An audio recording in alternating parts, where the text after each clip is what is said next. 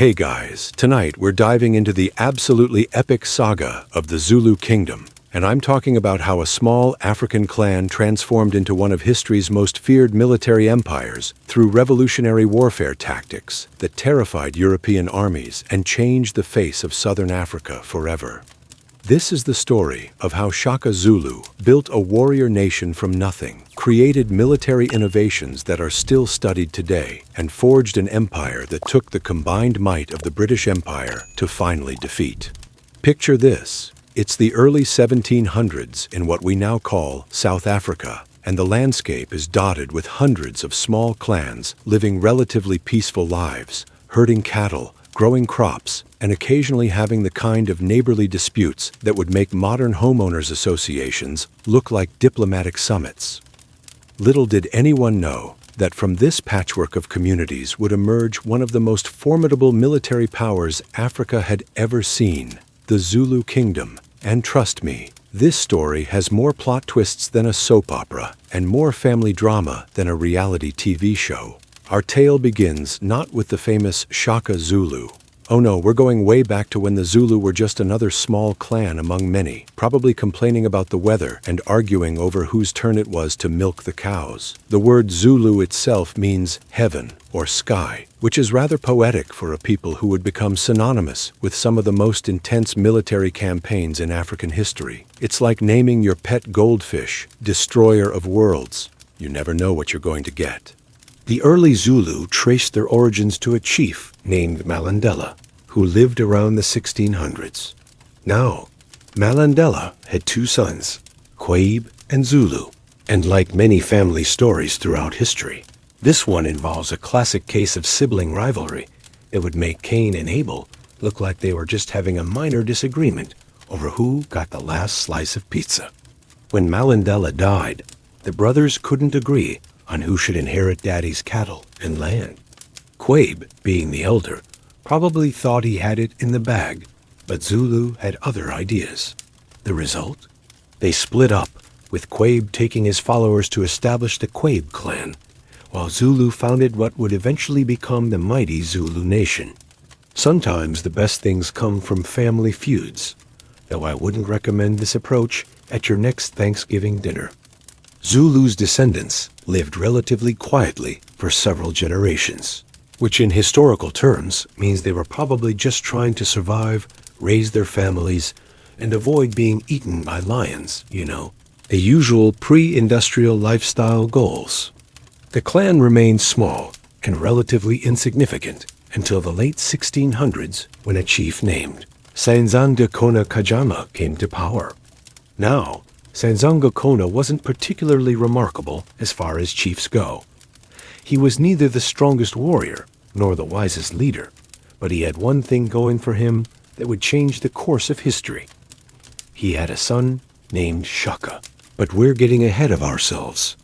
Before Shaka could revolutionize warfare and build an empire, the stage had to be set by the complex political and social dynamics of the region. The area that would become KwaZulu-Natal was home to numerous Nguni-speaking peoples, organized into what anthropologists call chiefdoms.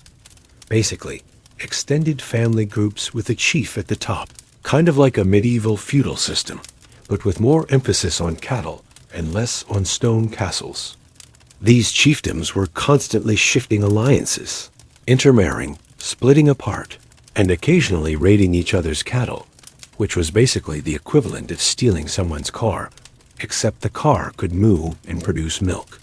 Cattle weren't just livestock. They were currency, status symbols, and the foundation of the entire social system. A man's wealth was measured in cattle, marriages were negotiated with cattle, and disputes were often settled with cattle. If you think people today are obsessed with their cars, imagine if your car could reproduce and provide you with food and clothing materials. That's what cattle meant to these societies. The political landscape was also influenced by what historians call the Mefakan, or Ifakan, a period of widespread warfare and displacement that swept through southern Africa in the early 1800s. The causes of this upheaval are still debated by historians, but it likely involved a combination of factors.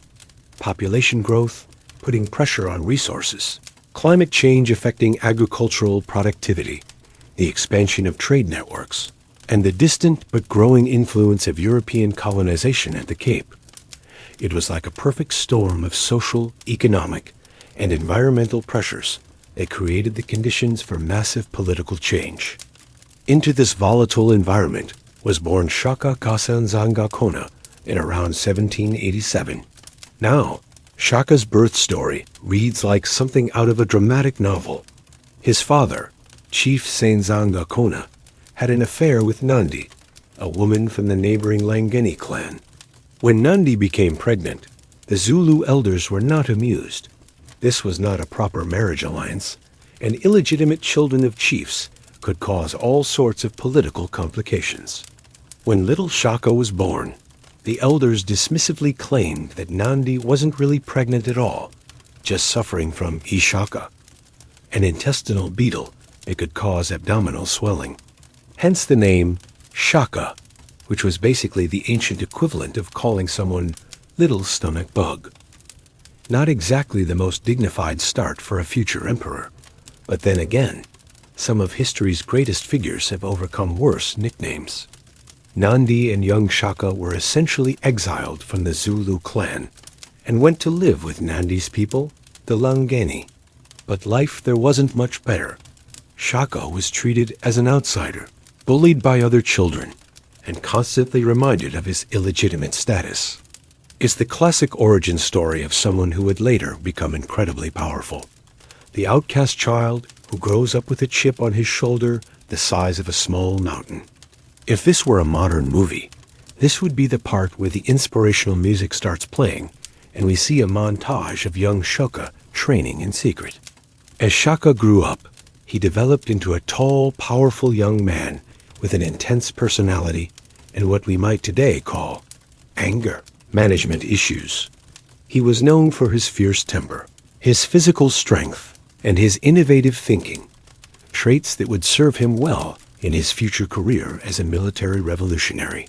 But first, he had to survive his childhood and adolescence in a society that constantly reminded him he didn't quite belong anywhere. When Shaka reached adulthood, he joined the army of Dingiswayo, the chief of the Mthethwa Confederation. Now, Dingiswayo was an interesting character in his own right. He was one of the first African leaders in the region to recognize the changing nature of warfare and politics in southern Africa. He had traveled widely, possibly even to the Cape Colony, and had observed European military techniques. Under Dingiswayo's leadership, the Mthethwa were experimenting with new forms of military organization and tactics. This is where Shaka's genius began to shine. He wasn't content to just follow traditional fighting methods. He was constantly thinking about how to improve them. Traditional Nguni warfare was more like a ritualized dance than what we would recognize as serious combat. Warriors would throw spears at each other from a distance, engage in individual combat, and generally try to avoid too many casualties. It was warfare with rules, kind of like a medieval tournament, but with more running around and fewer fancy horses. Shaka looked at this system and basically said, "This is ridiculous. Why are we throwing our weapons away?" He developed what became known as the assegai, a short, stabbing spear that warriors kept in their hands rather than throwing. This might seem like a small change, but it was revolutionary. Instead of throwing spears and then being left with just a shield, warriors could now engage in close combat with a weapon that was both more deadly and more controllable. But Shaka didn't stop there. He completely reimagined military tactics, developing what became known as the Horns of the Beast formation. Picture this. The main body of the army, the chest, would engage the enemy head-on, while two flanking forces, the horns, would sweep around to encircle the enemy. Meanwhile, reserves, the loins, would be held back to exploit any breakthrough or reinforce any weak points. It was like ancient military chess, except the pieces were thousands of warriors, and the stakes were life and death. Shaka also revolutionized military training and discipline. He created age-based regiments called Amabutho, where young men of similar ages would train together, fight together, and live together in military barracks. These weren't just soldiers. They were a brotherhood forged through shared hardship and constant training. Shaka's training methods were notoriously harsh. Warriors had to run long distances barefoot to toughen their feet, practice combat techniques until they were second nature, and maintain absolute discipline in the ranks. It was like ancient boot camp, but with more emphasis on stabbing techniques and less on making beds with perfect corners. The psychological aspect of Shaka's military innovations was just as important as the tactical ones. He understood that warfare was as much about breaking the enemy's will to fight as it was about physical combat.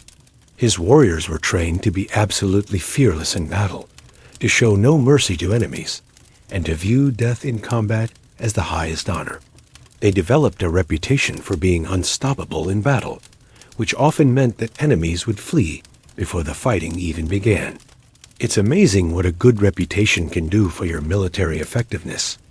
Sometimes the battle is won before the first spear is thrown. When Dingiswayo was killed in 1818 by a rival chief named Zwide, Shaka saw his opportunity.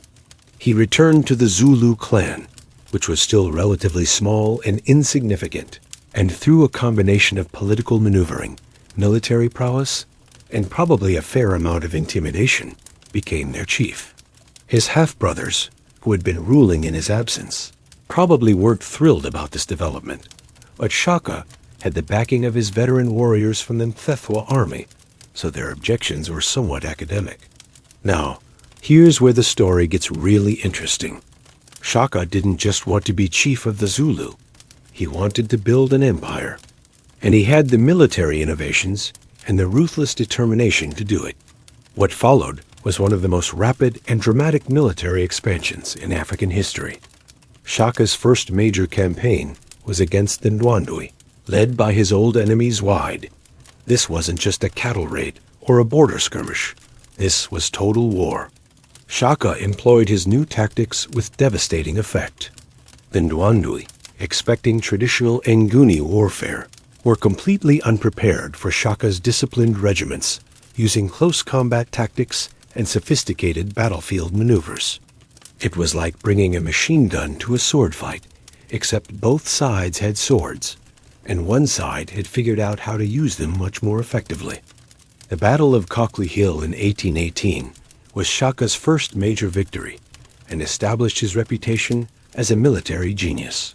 Using his Horns of the Beast formation, he completely surrounded and destroyed a much larger Ndwandwe army. The psychological impact was enormous. Word spread throughout the region that this young Zulu chief had developed some kind of unstoppable military magic.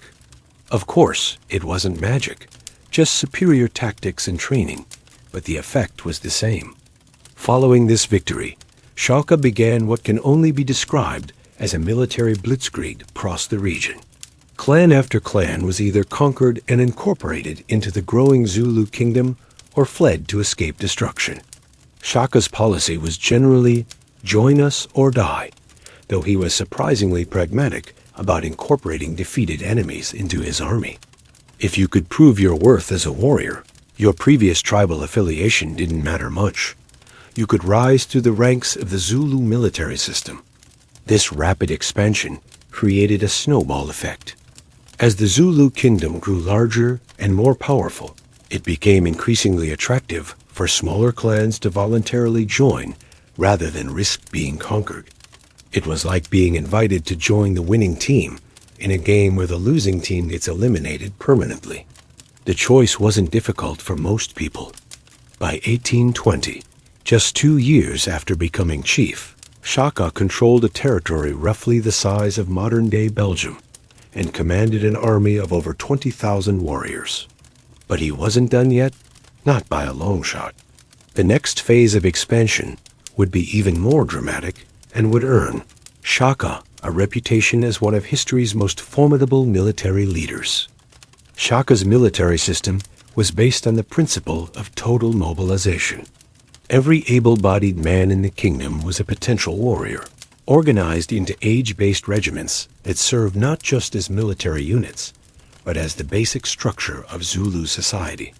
Young men would join a regiment in their teens and remain with it throughout their lives, creating bonds of loyalty that transcended traditional clan affiliations. It was like a combination of military service, social club, and extended family all rolled into one. The regiments were distinguished by their shields, which were painted in different color patterns, and by their elaborate headdresses and ornaments. Each regiment had its own identity, traditions, and esprit de corps. The senior regiments, composed of veteran warriors, were given the honor of wearing white shields and elaborate feather headdresses. The younger regiments had to earn their decorations through proven bravery in battle. It was like a military fashion show, except the runway was a battlefield, and the judges were armed with spears. Shaka also revolutionized the economic and social structure of his kingdom. Traditional Nguni society was based on extended family groups with relatively loose political organization. Shaka centralized everything under his personal authority. All cattle in the kingdom technically belonged to the king, though individuals could be granted the use of herds as rewards for service. All major decisions were made by Shaka or his appointed officials. It was an early form of absolute monarchy, African style. The capital of the Zulu Kingdom was established at Bulawayo, not to be confused with the later city of Bulawayo in Zimbabwe, a vast settlement that could house thousands of people. The royal kraal was surrounded by the barracks of the various regiments, creating a military city that served as both the administrative center of the kingdom and a constant reminder of Zulu military power. Visitors to Bulawayo described it as unlike anything they had ever seen, a perfectly organized military machine disguised as a city. Shaka's personal lifestyle was as dramatic as his military campaigns. He never married, claiming that marriage would distract him from his duties as king and military commander.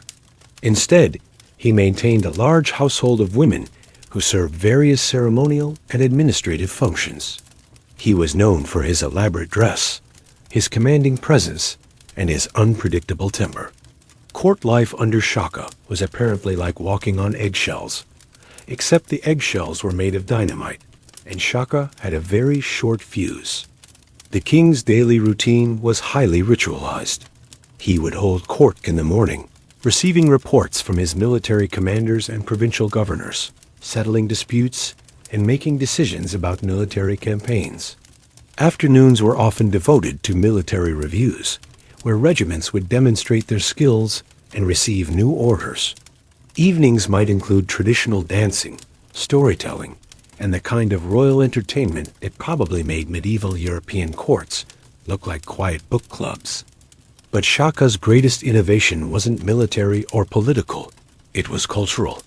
He created a new Zulu identity that transcended traditional clan loyalties.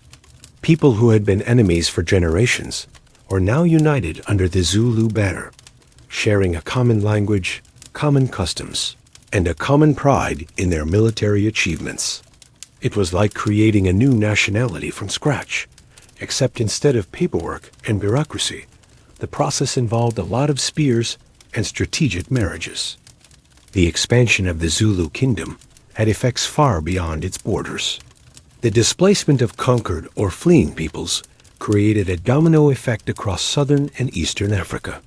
Groups fleeing Zulu expansion would attack and displace other groups, who would in turn attack and displace still others. This period of widespread warfare and migration, known as the Mafekan, reshaped the demographic and political map of the entire region. Some of the displaced groups became formidable powers in their own right. Then the Bell, led by Mzilikazi, one of Shaka's former generals who had fallen out of favor, established a kingdom in what is now Zimbabwe.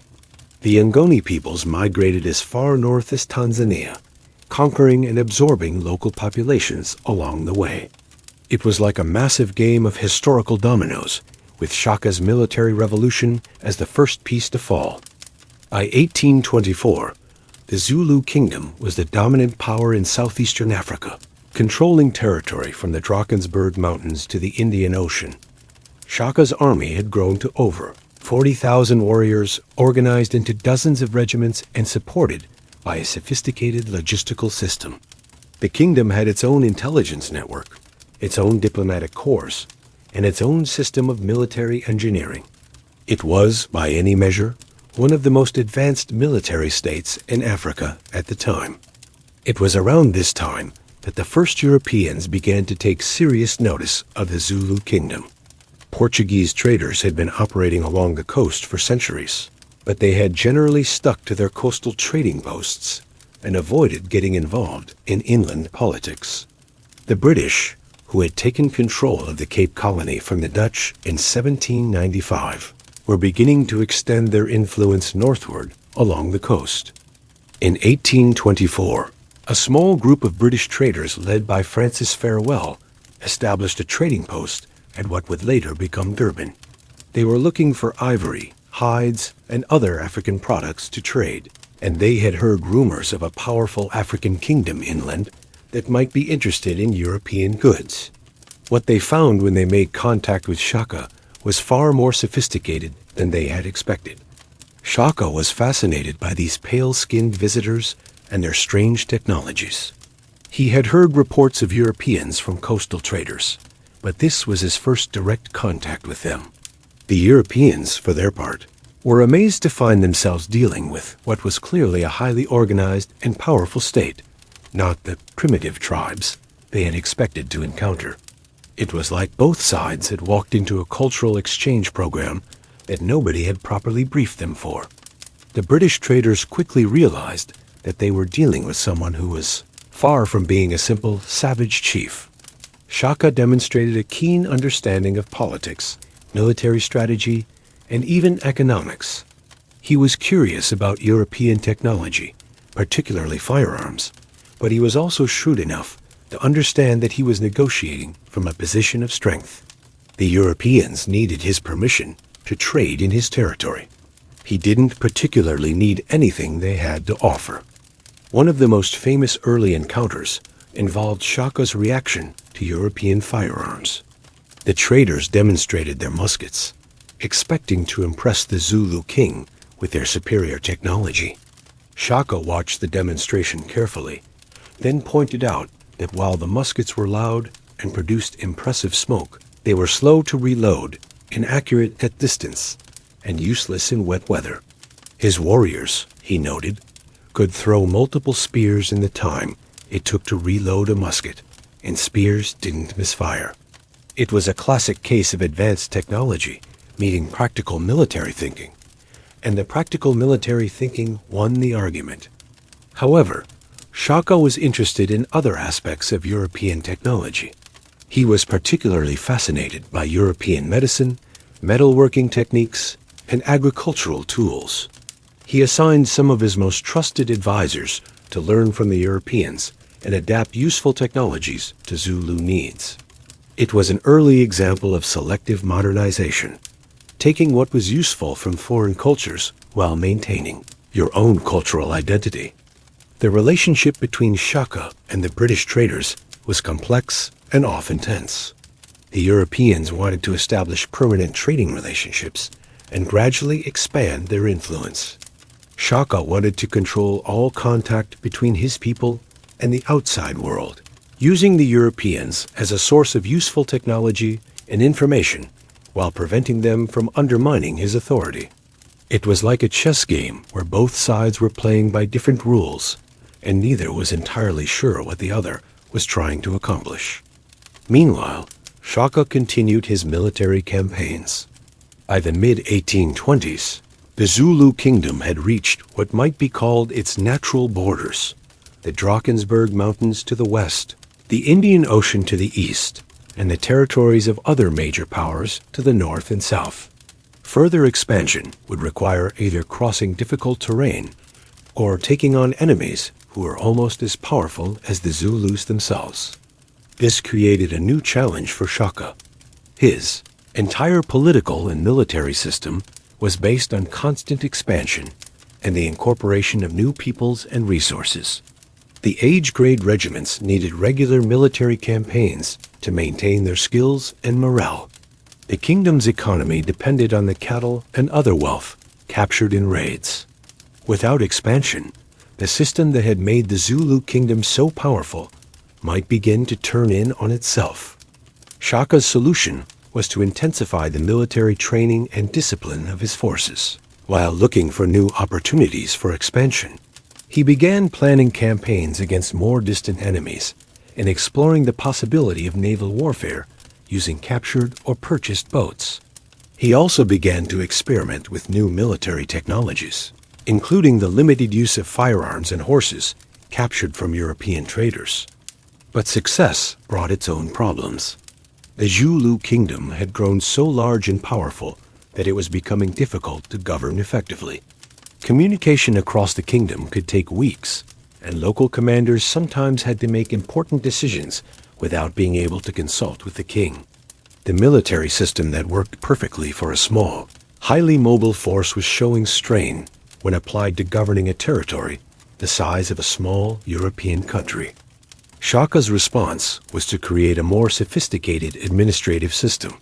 He appointed regional governors, established a network of royal messengers, and created specialized military units responsible for different aspects of kingdom management.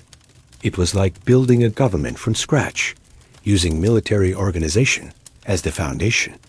The result was probably one of the most efficiently organized states in Africa at the time, though it remained heavily dependent on Shaka's personal leadership and charisma. The king also began to show signs of the psychological strain of absolute power. He became increasingly suspicious of potential rivals, more demanding of absolute obedience, and more prone to violent outbursts. Court life became even more dangerous, with executions for minor offenses becoming commonplace.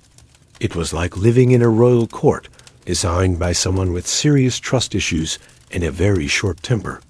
The turning point came in 1827 with the death of Shaka's mother, Nandi. Despite their difficult early relationship, Shaka had remained devoted to his mother throughout his rise to power. She had become one of his most trusted advisors and one of the few people who could influence his decisions. Her death sent Shaka into a grief so profound that it bordered on madness. What followed was one of the most bizarre episodes in the history of any monarchy. Shaka declared a year of mourning during which no crops could be planted, no milk could be consumed, and no sexual relations could take place. Anyone who showed insufficient grief was executed. Pregnant women and their husbands were killed because Shaka declared that no one should experience the joy of childbirth while he was mourning his mother. It was like a royal temper tantrum with genocidal consequences. The economic and social disruption was enormous. The kingdom that had been built on military efficiency and careful resource management was suddenly subject to the irrational whims of a grieving king. Crops failed, cattle died, and people began to starve.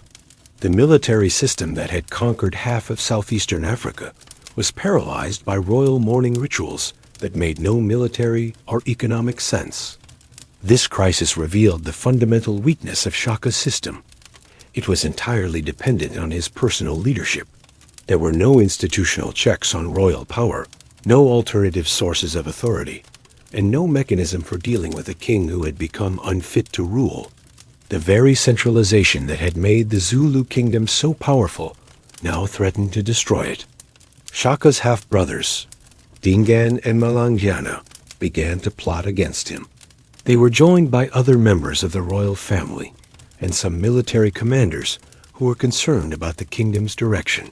The conspiracy was carefully planned and involved some of the most senior figures in the Zulu hierarchy. It wasn't just a palace coup. It was a desperate attempt to save the kingdom from its own king. On September 22, 1828, Shaka was assassinated by his half-brothers at his royal kraal. The man who had revolutionized African warfare, built one of the continent's most powerful kingdoms, and changed the course of southern African history, was killed by his own family members with traditional Zulu spears. There's a certain poetic justice in that. The master of the spear was ultimately defeated by spears wielded by people who knew him well enough to get close.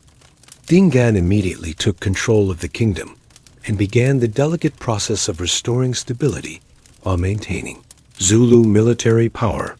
He ended the mourning restrictions, restored normal economic activity, and reassured the military commanders that the kingdom's expansionist policies would continue. It was like performing emergency surgery on a government, while trying to keep an army happy and a kingdom from falling apart. But Dingaan faced challenges that Shaka had never had to deal with. The most significant was the growing European presence in the region.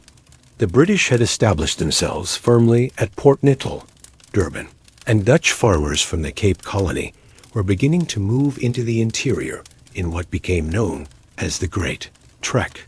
These weren't just traders looking for ivory and hides. These were settlers looking for land, and they had guns, horses, and a very different idea about who should control southern Africa. The Voortrekkers, as the Dutch farmers were called, were fleeing British rule in the Cape Colony and looking for land where they could establish their own independent republics. They had heard about the fertile lands of Natal and the interior, and they were prepared to fight for them. What they probably hadn't fully appreciated was that these lands were already occupied by one of the most formidable military powers in Africa. Dingaan's initial response to the Voortrekkers was cautious. He allowed some groups to pass through Zulu territory and even granted limited settlement rights to others. But as more and more Europeans arrived, it became clear that this wasn't just a temporary migration, it was a permanent invasion. The Voortrekkers weren't interested in trading relationships or tributary arrangements. They wanted to own the land outright and govern it according to their own laws. The situation came to a head in 1838 with the arrival of a large Voortrekker party led by Piet Retief. Retief negotiated with Dingaan for land rights in Natal, and the two leaders seemed to reach an agreement. But Dingaan was suspicious of European intentions, and he had good reason to be. Reports from other parts of Africa suggested that European settlement was usually followed by European political control, and Dingaan had no intention of becoming a puppet ruler in his own kingdom. On February 6, 1838, Dingaan invited Retief and his party to a farewell feast at the royal kraal. During the festivities, Dingaan suddenly ordered his warriors to seize the Europeans. Retief and his entire party, about 100 men, were executed on the spot. It was a dramatic and brutal end to what had seemed like successful negotiations. But from Dingaan's perspective, it was a necessary preemptive strike against a potential threat to Zulu independence. The massacre of Retief's party triggered a war between the Zulus and the Voortrekkers that would determine the future of Natal. The Voortrekkers, despite being vastly outnumbered, had significant advantages. They had firearms, horses, and the tactical advantage of fighting from fortified positions.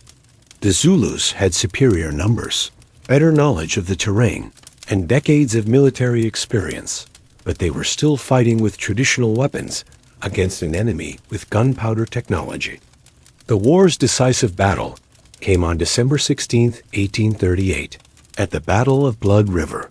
A Voortrekker force of about 470 men, led by Andries Pretorius, formed a defensive laager, circle of wagons, and waited for the Zulu attack.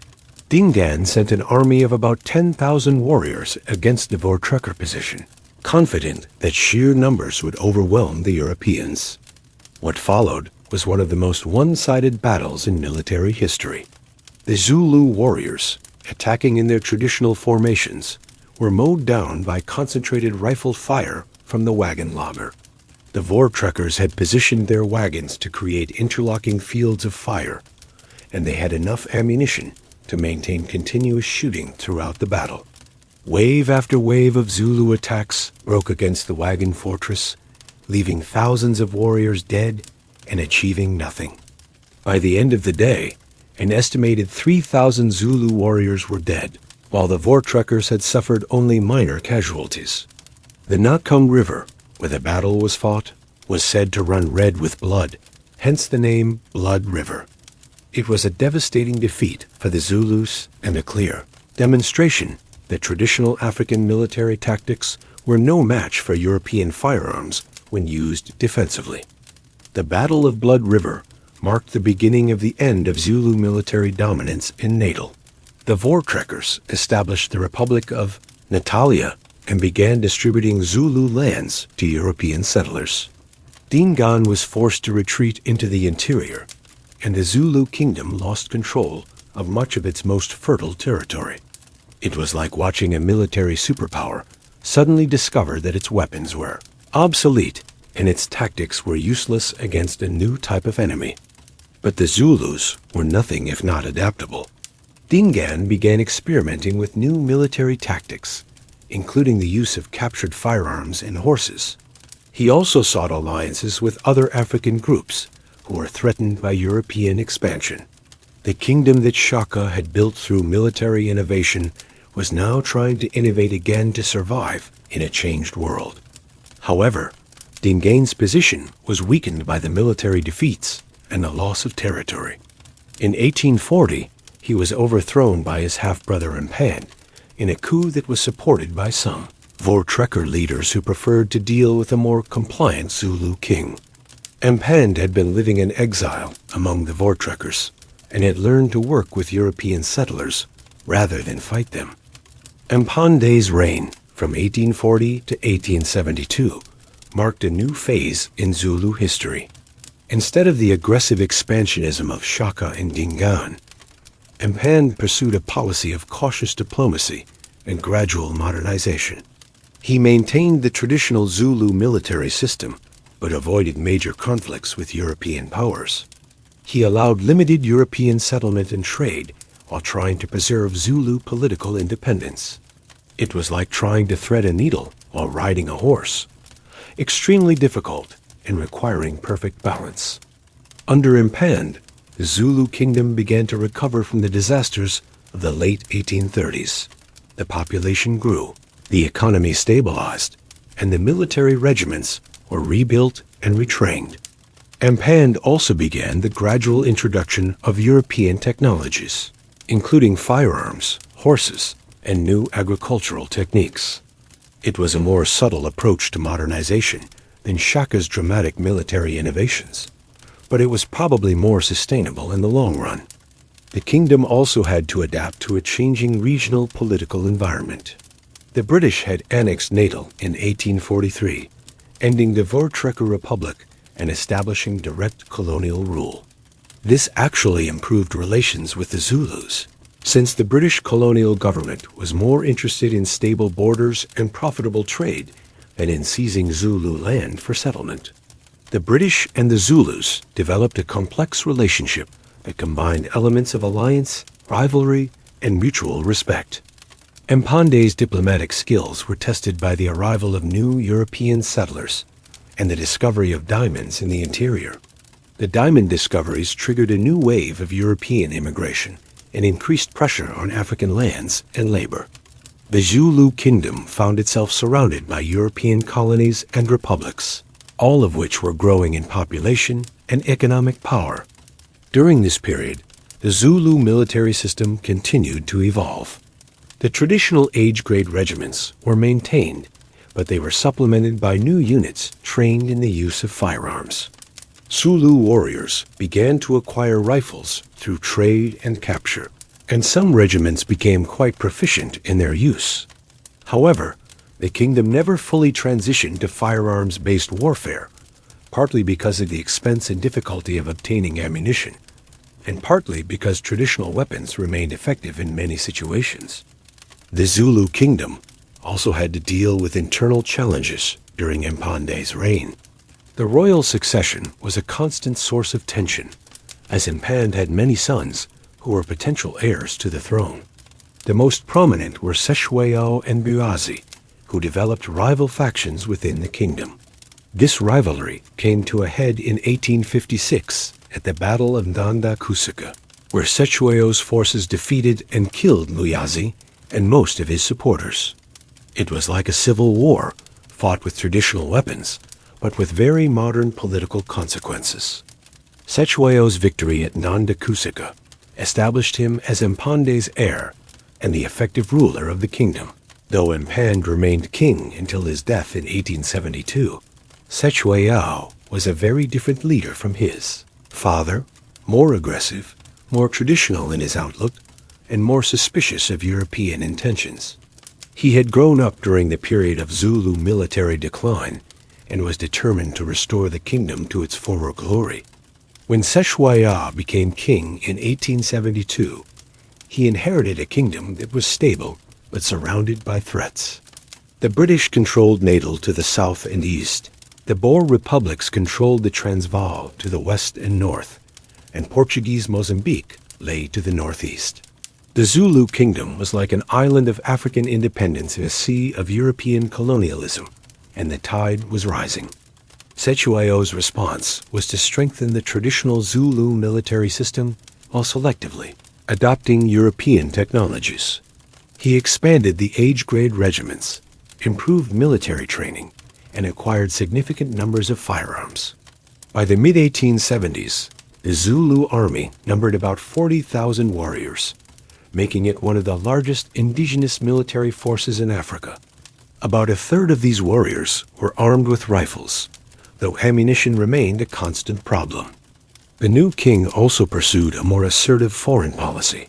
He strengthened the kingdom's borders, intervened in disputes with neighboring peoples, and generally made it clear that the Zulu kingdom was not going to quietly fade away like so many other African states.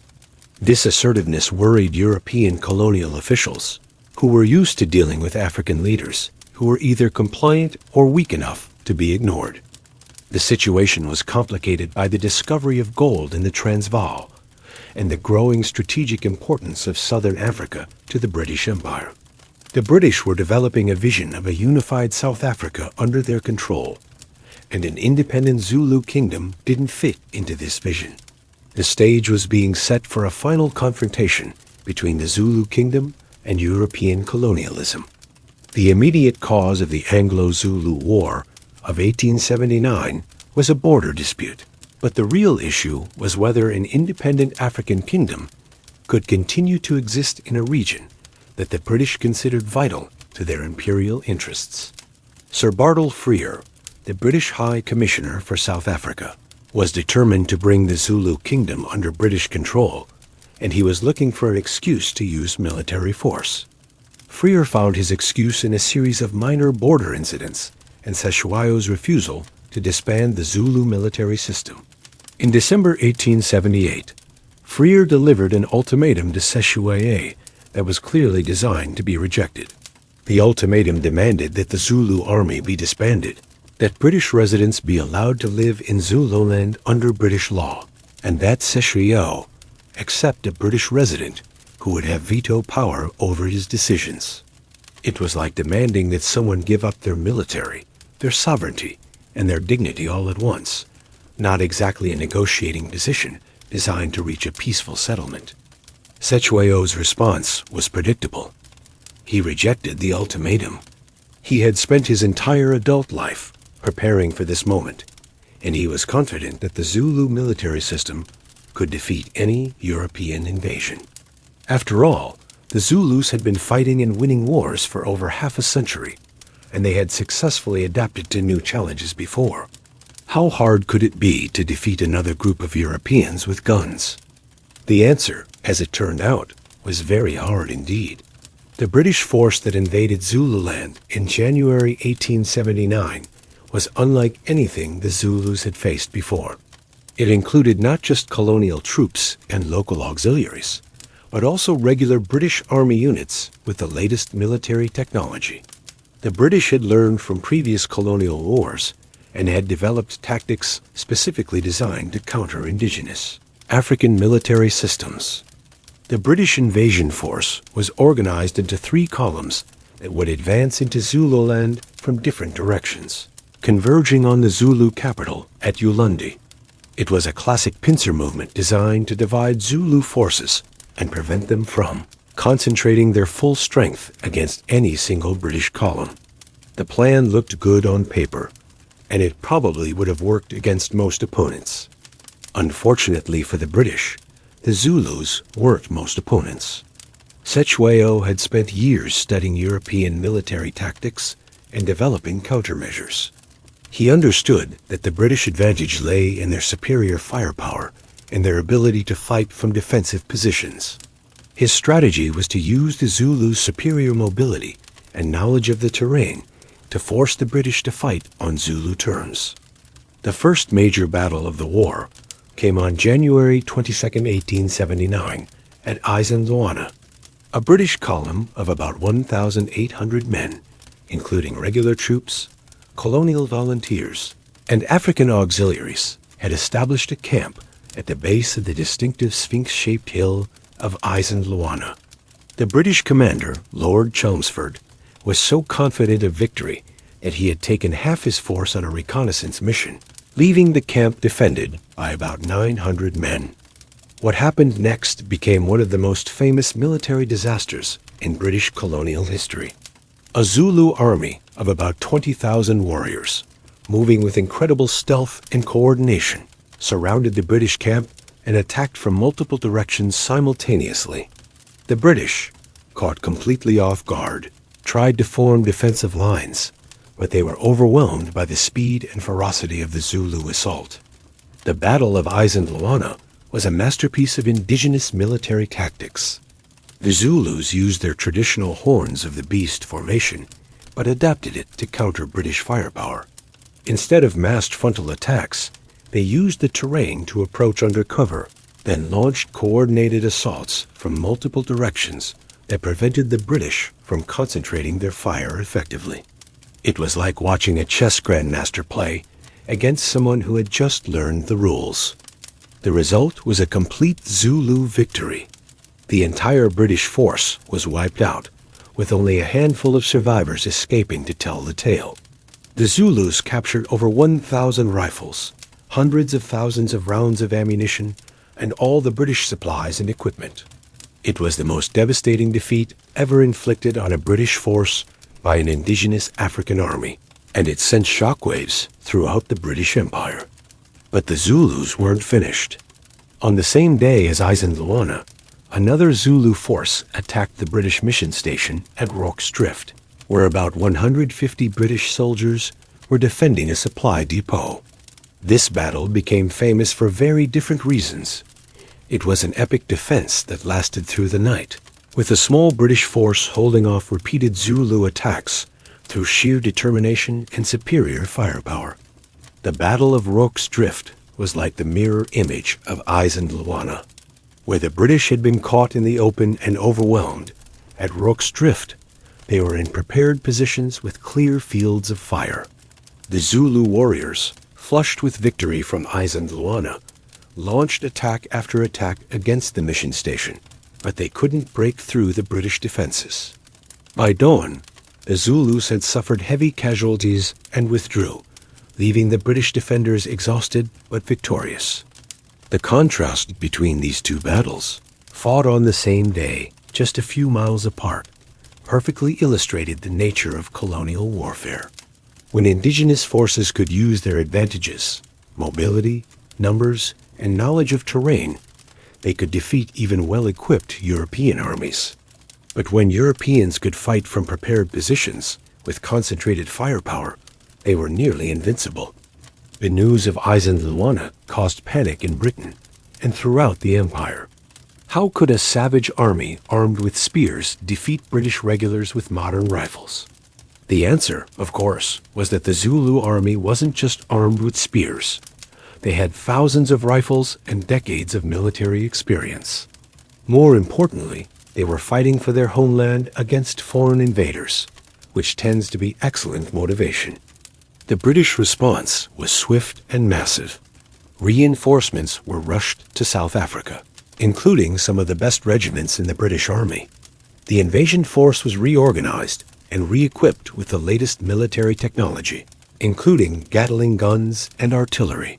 The British were determined to avenge Isandlwana and demonstrate that the defeat had been a fluke.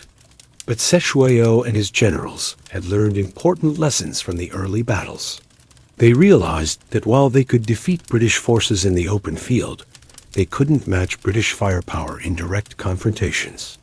The Zulu strategy shifted to guerrilla warfare, hit-and-run attacks, ambushes, and avoiding major battles, except when the tactical situation was overwhelmingly favorable.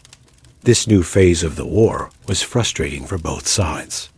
The British found themselves fighting an enemy that refused to stand and fight, while the Zulus found that their traditional military system was poorly suited to prolonged guerrilla warfare. The age-grade regiments that had been so effective in conventional battles were difficult to supply and coordinate when dispersed across the countryside. The war's turning point came on July 4, 1879, at the Battle of Ulundi. The British, now commanded by Lord Wolseley, had assembled a force of about 5,000 men with artillery and Gatling guns. They advanced on the Zulu capital in a hollow square formation, a defensive formation that had been used successfully in colonial wars around the world. Cetshwayo, recognizing that this might be his last chance to defeat the British, assembled about 15,000 warriors for a final battle. The Zulus attacked the British square with incredible courage, but they were mowed down by concentrated rifle fire and artillery. The battle lasted less than an hour, and when it was over, the Zulu army had been destroyed as an effective fighting force. The Battle of Ulundi marked the end of the Zulu Kingdom as an independent power. Cetshwayo was captured and exiled. The royal capital was burned, and Zululand was divided into 13 separate chiefdoms under British supervision. It was the end of one of Africa's most remarkable military and political achievements, brought down by the inexorable advance of industrial age warfare. But the story of the Zulu Kingdom didn't end with military defeat. The British, having conquered Zululand, now had to figure out how to govern it. The problem was that the Zulu political and social system was so different from European models that direct rule was nearly impossible. The British solution was to restore a modified version of the traditional system, with appointed chiefs governing under British supervision. In 1883, the British even brought Cetshwayo back from exile and restored him as king of a portion of Zululand. It was a remarkable turn of events. The man who had been portrayed as a bloodthirsty savage was now seen as a potential ally in maintaining order. Unfortunately, Cetshwayo's restoration triggered a civil war between his supporters and those Zulus who had collaborated with the British during his exile. The former king died in 1884, possibly poisoned, and Zululand descended into chaos. The final chapter of independent Zulu political power came with Cetshwayo's son, Dinuzulu, who was installed as king in 1884 with the support of Boer mercenaries. Dinuzulu's reign was marked by constant conflict with the British colonial authorities and rival Zulu factions. In 1906, he was accused of supporting the Bambatha Rebellion against British rule and was exiled to St. Helena, the same island where Napoleon had been imprisoned. The Bambatha Rebellion of 1906 was the last major Zulu uprising against colonial rule.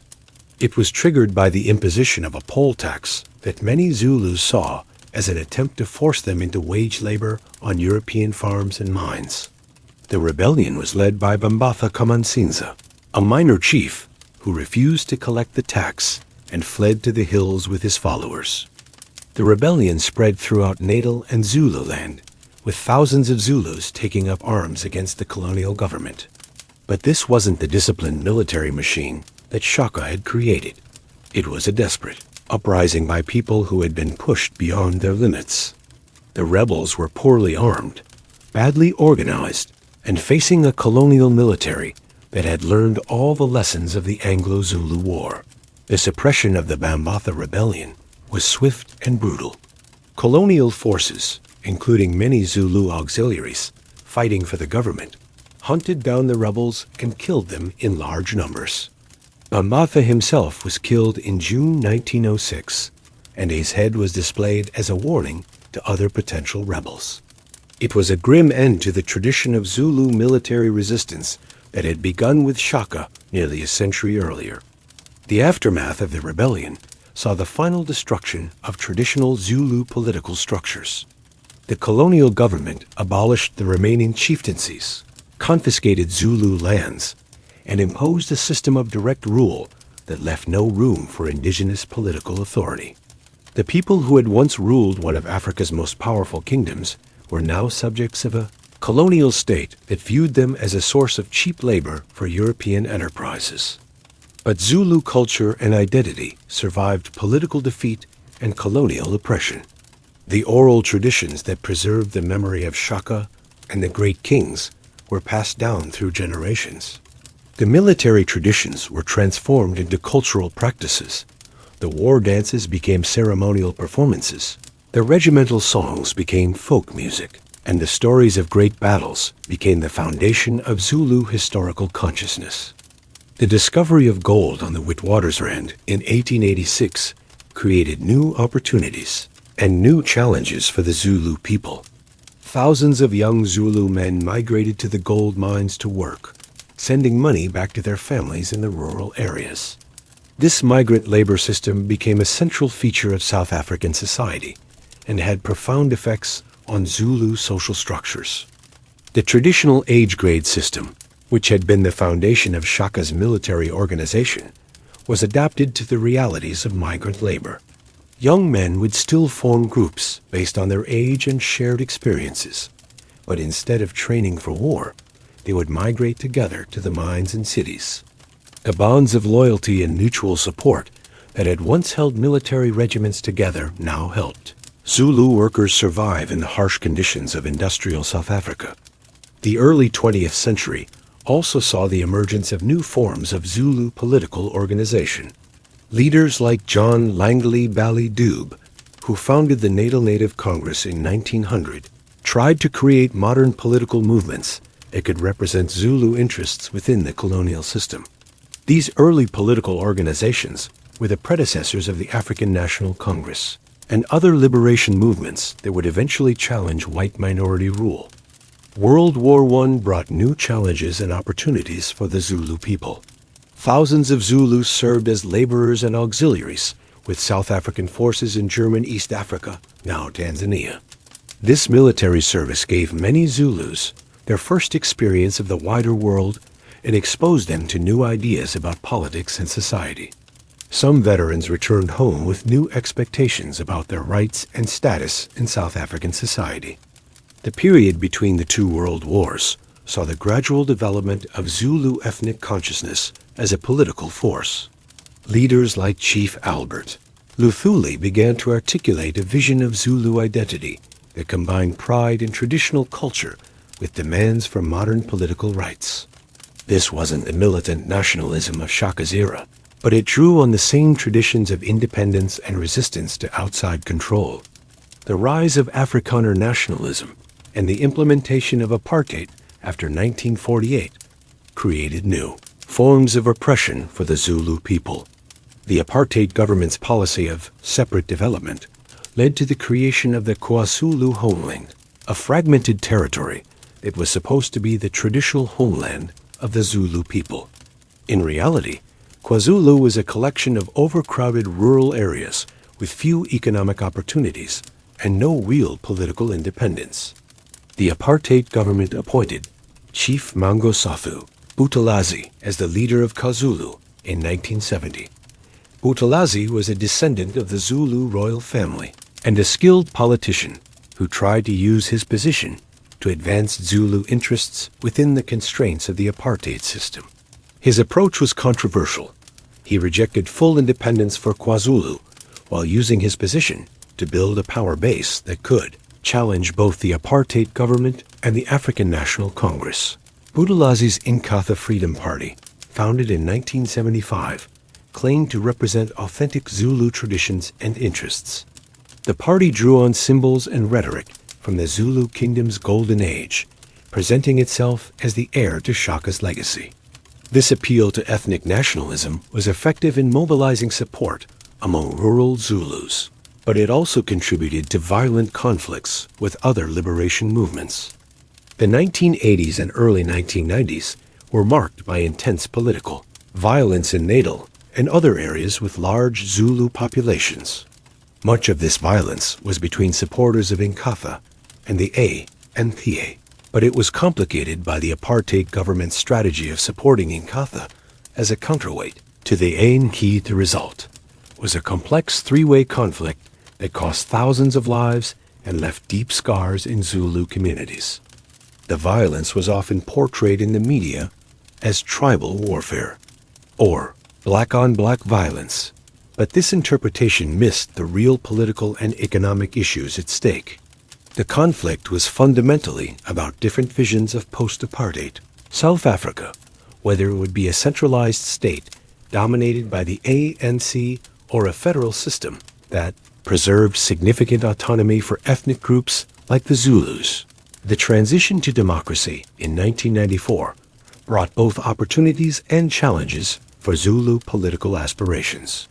The ANC's victory in the national elections meant that the centralized vision had prevailed, but Inkatha's strong showing in KwaZulu-Natal demonstrated that Zulu ethnic nationalism remained a significant political force. The new constitution recognized traditional leaders and customary law, providing some space for the continuation of Zulu cultural and political traditions. The post-apartheid period has seen ongoing debates about the role of traditional authority in modern South Africa. The Zulu king, currently King Misuzulu Khosrow, who became king in 2021 after a succession dispute following his father's death, remains an important cultural figure but has limited political power. The tension between traditional authority and democratic governance reflects broader questions about how to balance cultural preservation with political modernization. Today, the Zulu people are the largest ethnic group in South Africa, numbering over 12 million people. They have successfully maintained their cultural identity while adapting to the realities of modern South African society. The Zulu language, isiZulu, is one of South Africa's 11 official languages and is spoken by millions of people as either a first or second language. Zulu cultural practices, from traditional dancing to the brewing of traditional beer, remain vibrant parts of South African cultural life. The legacy of the Zulu Kingdom continues to influence South African politics and society in complex ways. The memory of Shaka and the great military victories of the 19th century remains a source of pride for many Zulu people, but it also sometimes complicates efforts to build a unified South African identity. The challenge is how to honor this remarkable history while avoiding the kind of ethnic nationalism that contributed to the violence of the 1980s and 1990s. Modern Zulu intellectuals and cultural leaders have worked to reinterpret their history in ways that emphasize its universal lessons rather than its ethnic exclusivity. They point out that Shaka's military innovations were adopted by peoples throughout southern and eastern Africa, that the Zulu Kingdom incorporated people from many different backgrounds, and that the resistance to colonialism was part of a broader African struggle for independence and dignity. The economic transformation of South Africa has created new opportunities for Zulu people, particularly in the province of KwaZulu-Natal, which includes the major port city of Durban and significant industrial and agricultural areas. Many Zulus have become successful business people, professionals, and political leaders at both the provincial and national levels.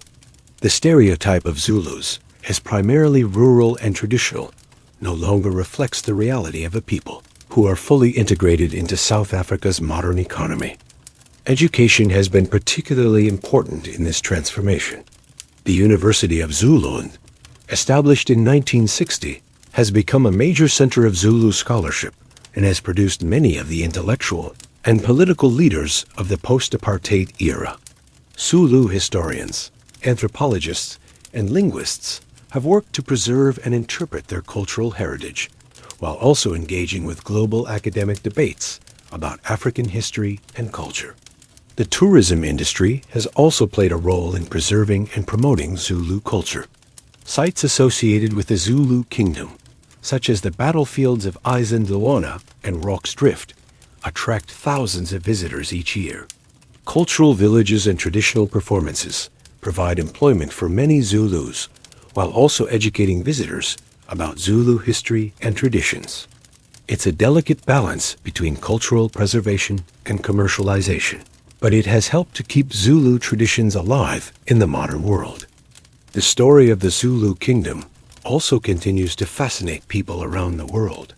Books, movies, and documentaries about Shaka, the Anglo-Zulu War, and Zulu culture have introduced millions of people to this remarkable chapter of African history.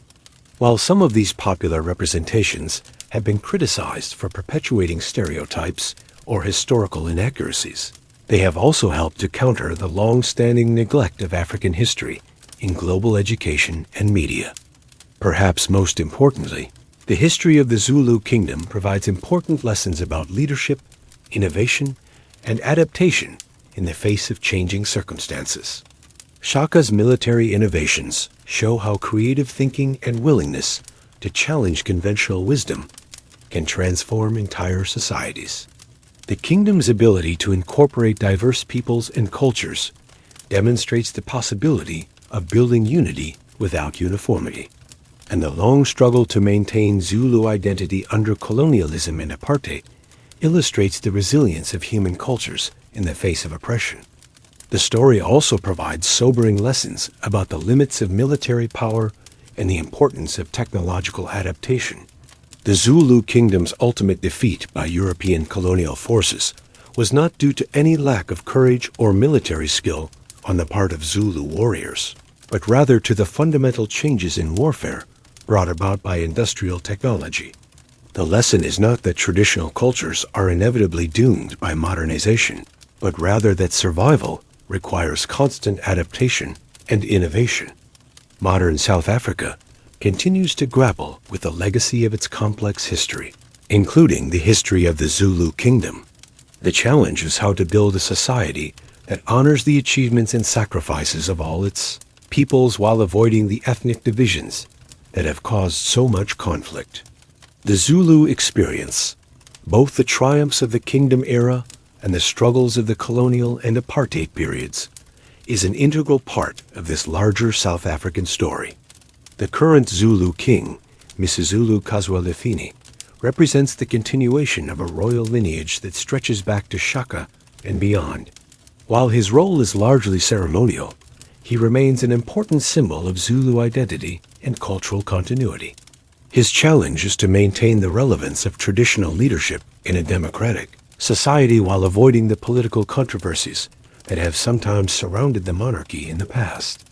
The Zulu language and culture continue to evolve and adapt to modern circumstances. Zulu musicians have created new forms of music that blend traditional and contemporary elements. Zulu writers and poets are producing literature that explores both historical themes and contemporary social issues. Zulu artists are creating works that speak to both local and global audiences. This cultural creativity demonstrates that Zulu identity is not a museum piece, but a living, breathing part of modern African culture. The educational system in KwaZulu-Natal now includes the teaching of Zulu history as part of the broader South African curriculum. Students learn about Shaka's military innovations, the Anglo-Zulu War, and the long struggle against colonialism and apartheid. This education helps to ensure that future generations will understand and appreciate their heritage, while also preparing them to participate fully in South Africa's democratic society. The story of the Zulu Kingdom also has relevance beyond South Africa's borders. As African countries continue to grapple with the challenges of development, democracy, and cultural preservation, the Zulu experience offers both inspiration and cautionary lessons. The kingdom's achievements demonstrate the potential of African societies to create powerful and sophisticated political systems. Its ultimate fate illustrates the importance of adapting to changing global circumstances while maintaining cultural identity. International scholars continue to study the Zulu Kingdom as an example of indigenous African state formation and military innovation. The kingdom's political and military systems are analyzed in comparative studies of pre-colonial African societies. Shaka's military reforms are studied in military academies around the world as examples of tactical innovation. The kingdom's incorporation of diverse peoples is examined as a model of political integration in multi-ethnic societies.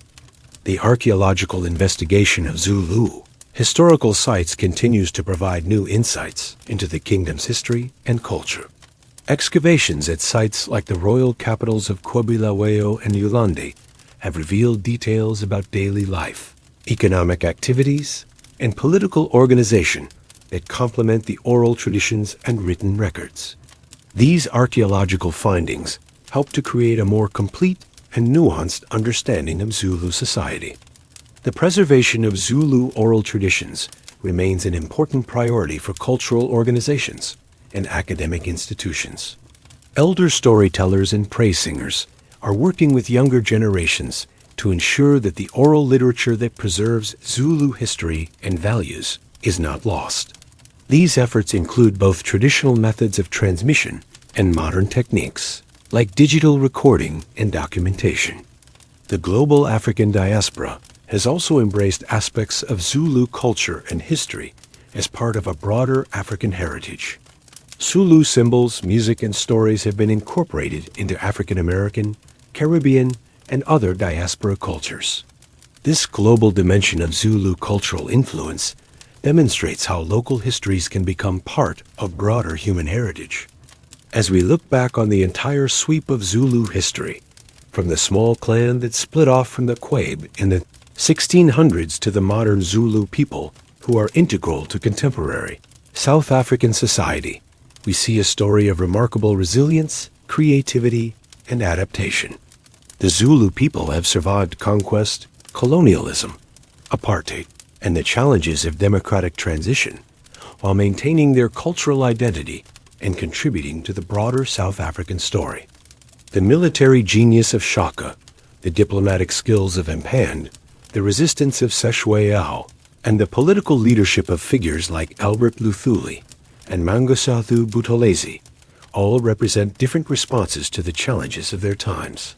Each generation of Zulu leaders has had to find ways to preserve what was valuable from the past while adapting to new circumstances and opportunities. Today's Zulu people face different challenges: how to succeed in a globalized economy while maintaining cultural traditions, how to participate fully in South African democracy while preserving their distinctive identity, how to honor their warrior heritage while building a peaceful society.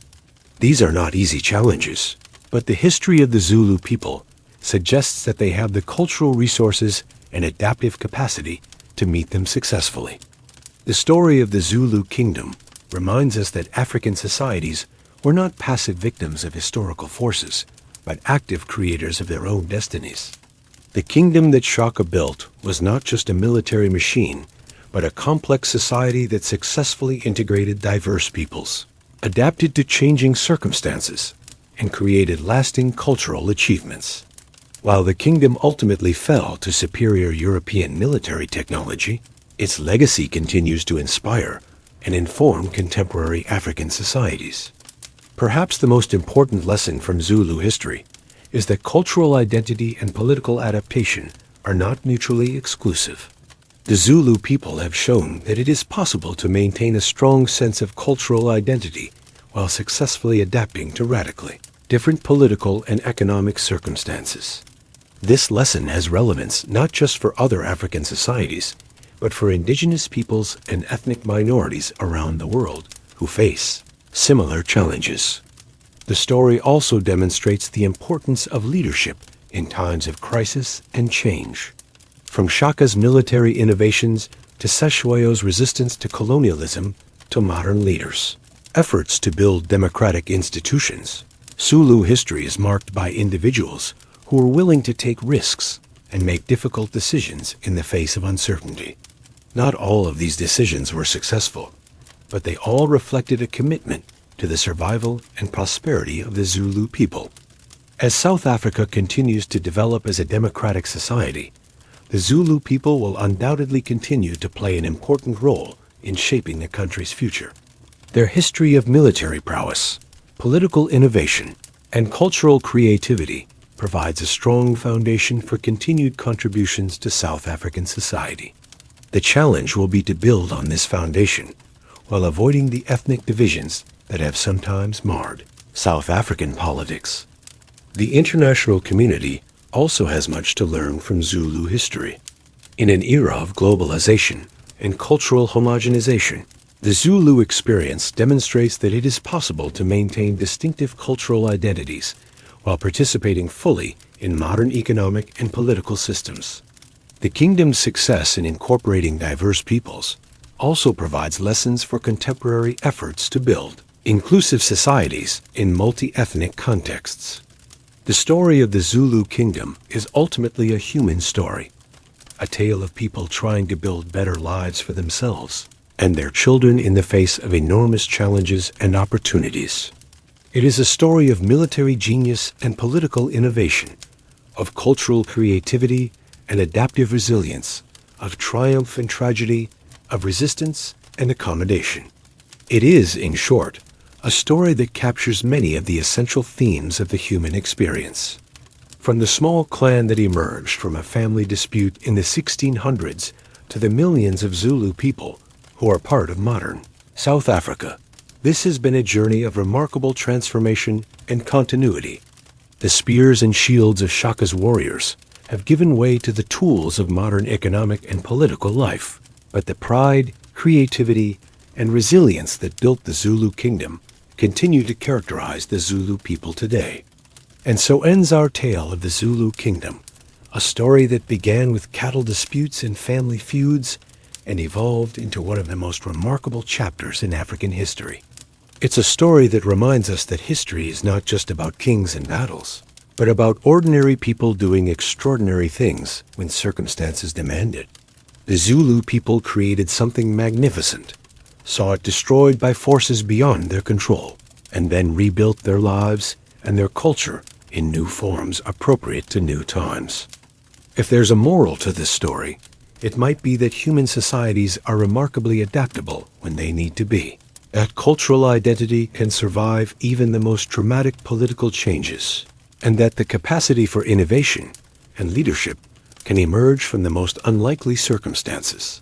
The young man who was nicknamed after an intestinal beetle became one of history's great military innovators. The small clan that split off from their relatives became one of Africa's most powerful kingdoms. The people who were conquered and colonized became integral to building a new democratic society.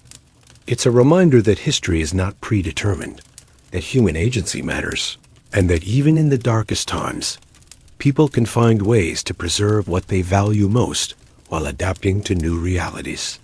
The Zulu Kingdom may have ended in 1879, but the Zulu people and their remarkable story continue to this day, still writing new chapters in the long saga that began with a family argument over cattle more than 3 centuries ago. And if you think that's a lot of drama for one people's history, well, you're absolutely right. But then again, the best stories usually are.